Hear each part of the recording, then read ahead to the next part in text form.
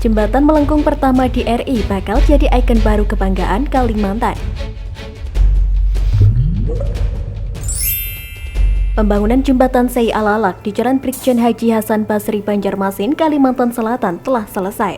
Jembatan yang akan menghubungkan kota Banjarmasin dengan Kabupaten Barito Kuala telah berhasil melalui uji coba beban dan juga dalam prosesnya untuk mendapatkan sertifikat layak fungsi. Kementerian Pekerjaan Umum dan Perumahan Rakyat PUPR melalui Komisi Keamanan Jembatan dan Terowongan Jalan telah melakukan proses uji beban sebagai bagian dari rangkaian sertifikat layak seperti pada Jembatan Sei Alalak, Kota Banjarmasin, Kalimantan Selatan selama 2 hari 30 hingga 31 Agustus baru-baru ini. Pelaksanaan uji beban tersebut berlangsung secara ketat dan diawasi Komisi Keamanan Jembatan dan Terowongan Jalan dengan melibatkan sebanyak 32 truk dengan masing-masing beban seberat 24 ton. Direktur Pembangunan Jembatan Kementerian PUPR, Yuda Handita Panjiriawan mengatakan secara keseluruhan, hasil uji coba beban menunjukkan hasil yang baik. Data pengujian kemudian akan dibahas secara teknis oleh KKJTJ untuk rekomendasi keluarnya sertifikat layak fungsi. Secara umum hasil ujinya baik ketika diberikan beban lalu bebannya dirilis. Kondisi jembatannya kembali seperti semula. Ini mengindikasikan struktur jembatan baik. Konstruksi struktur utama jembatan secara umum sudah selesai. Saat ini di lapangan hanya ada pekerjaan pembongkaran jembatan rangka baja yang lama dan proses penyelesaian akhir yang ditargetkan rampung pada akhir minggu pertama September. Adapun serah terima sementara pekerjaan profesional handover atau PHO direncanakan dilaksanakan pada 15 September. Progres pembangunan jembatan Sei Alalak di Jalan Brigjen Haji Hasan Basri, Banjarmasin, Kalimantan Selatan telah mencapai 92%. Jembatan ini akan menjadi akses utama yang menghubungkan kota Banjarmasin dengan sejumlah wilayah di Kalimantan Selatan dan Kalimantan Tengah. Proyek pembangunan jembatan Sei Alalak digarap oleh konsorsium PT Wijaya Karya Tbk atau WIKA dan PT Panji dengan nilai kontrak Rp278 miliar yang bersumber dari dana surat berharga syariah negara dengan skema pekerjaan tahun jamak atau multi-years. Adapun jembatan ini dibuat untuk menggantikan jembatan kayu tangki 1 yang sudah dioperasikan sekitar 30 tahun. Manajer proyek jembatan Sei Alalak, Sajidul Jamal menjelaskan, pengerjaan erection main span telah selesai dilaksanakan. Saat ini pihaknya telah melakukan percepatan pekerjaan lantai segmen terakhir yaitu segmen 7 dan 8. Pekerjaan minor di jalur Frontek 3 dan 4 dan jalan akses utama sisi Banjarmasin, serta menyiapkan final tuning cable stay dan memasang pot bearing. Sebagai informasi, jembatan Sei Alalak dibangun untuk menggantikan jembatan kayu tangki 1 yang telah berusia 30 tahun dan menjadi jalur utama akses kota Banjarmasin dengan berbagai wilayah di Kalimantan Selatan dan Kalimantan Tengah. Proyek jembatan ini dibangun dengan bersumber dari dana surat berharga syariah negara dengan skema pekerjaan tahun jamak. Untuk diketahui, jembatan Sei Alalak merupakan jembatan dengan tipe kabel stay berbentuk melengkung pertama di tanah air. Menurut Direktur Utama Perseroan Agung Budi Waskito, proyek ini semakin menambah rekam jejak dan portofolio WIKA sebagai kontraktor yang concern dan implementatif dalam pengembangan teknologi terkini konstruksi jembatan modern. Perseroan telah mengambil peran vital dalam konstruksi signatur jembatan, antara lain Jembatan Suramadu, Jembatan Cikupang, Jembatan Merah Putih, Jembatan Tumbang Samba, Jembatan Tayan, hingga Simpang Susun Semanggi. Hal ini menunjukkan bahwa engineer-engineer muda WIKA, engineer Indonesia memiliki kapasitas dan kapabilitas, knowledge, inovasi, dan daya saing yang cukup tinggi dalam percaturan konstruksi global. Lebih lanjut, dia menuturkan metode konstruksi yang digunakan pada jembatan Sei Alalak adalah long line mid stage system, di mana sistem precast ini mampu mengefisiensikan biaya dan mengoptimalkan kualitasnya. Kemudian geometri tiang pilon asimetris ditunjukkan untuk mengatur kabel stay agar tidak bersinggungan dan tetap berada di luar dek jembatan serta menambah estetika.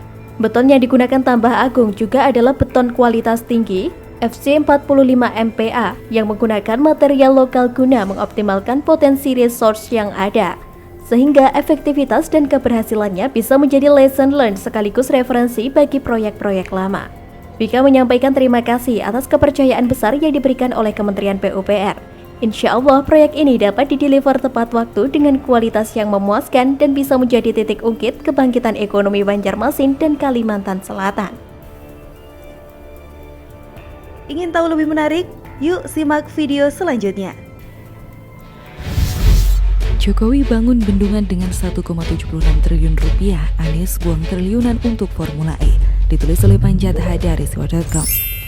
Kemarin Kamis 2 September 2021, Presiden Jokowi melakukan kunjungan kerja ke Provinsi Lampung.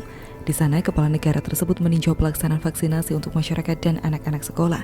Namun yang lebih khusus dalam kunjungan kali ini adalah peresmian bendungan Wai Sekampung di Kabupaten Pringsewu. Tapi harap dicatat baik-baik supaya tidak ada yang baper duluan. Proyek ini dimulai pada tahun 2016 atau di masa pemerintahan Jokowi, so tidak ada istilah mangkrak di sini. Jokowi sendiri mengatakan bahwa bendungan yang sudah siap difungsikan ini menelan biaya 1,78 triliun rupiah. Sekali lagi 1,78 triliun rupiah.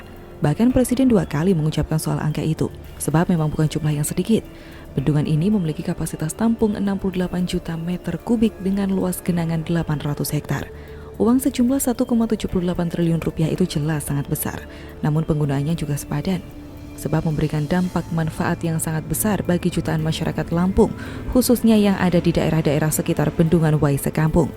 Bendungan Wai Sekampung utamanya untuk irigasi, namun juga sebagai sumber air baku, pengendalian banjir pun untuk pembangkit listrik. Bendungan yang mampu mengairi 55.000 hektar daerah irigasi existing dan 17.500 hektar daerah irigasi baru ini dapat dimanfaatkan sebagai sumber pembangkit listrik 5,4 megawatt. Bicara soal uang sebesar triliunan rupiah, kita jadi ingat dengan Formula E yang juga berpotensi menelan uang rakyat sebesar triliunan rupiah. Hanya saja bedanya jauh.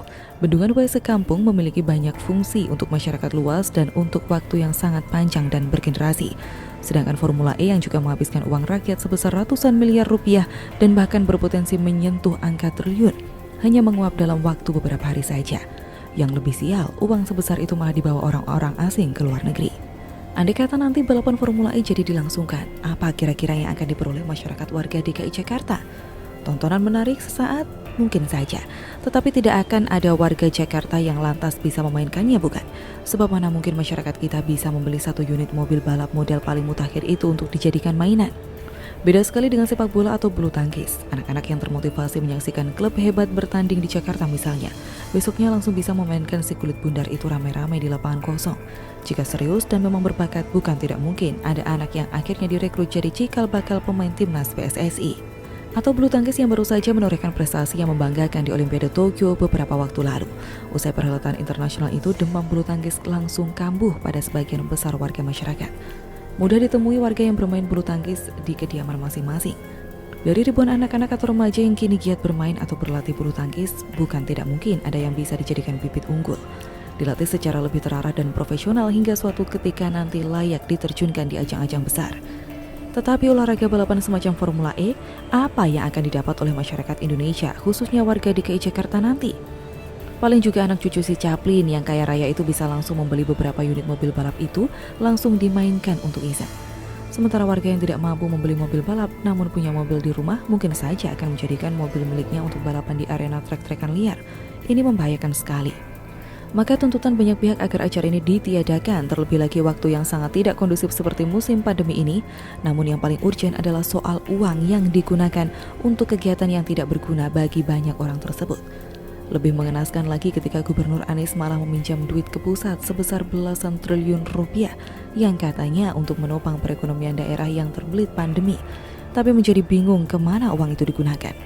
Sebab Gubernur malah meminta bantuan donasi dari kedubes-kedubes asing di Jakarta. Tapi kontroversi Gubernur tidak berhenti sampai di situ. Dia menegaskan tetap menggelar Formula E pada tahun depan. Oknum ini alih-alih berupaya menarik supaya dana yang sudah disetorkan ke penyelenggara ditarik, namun keputusannya ini berpotensi membuang uang rakyat lagi untuk keperluan-keperluan lainnya nanti.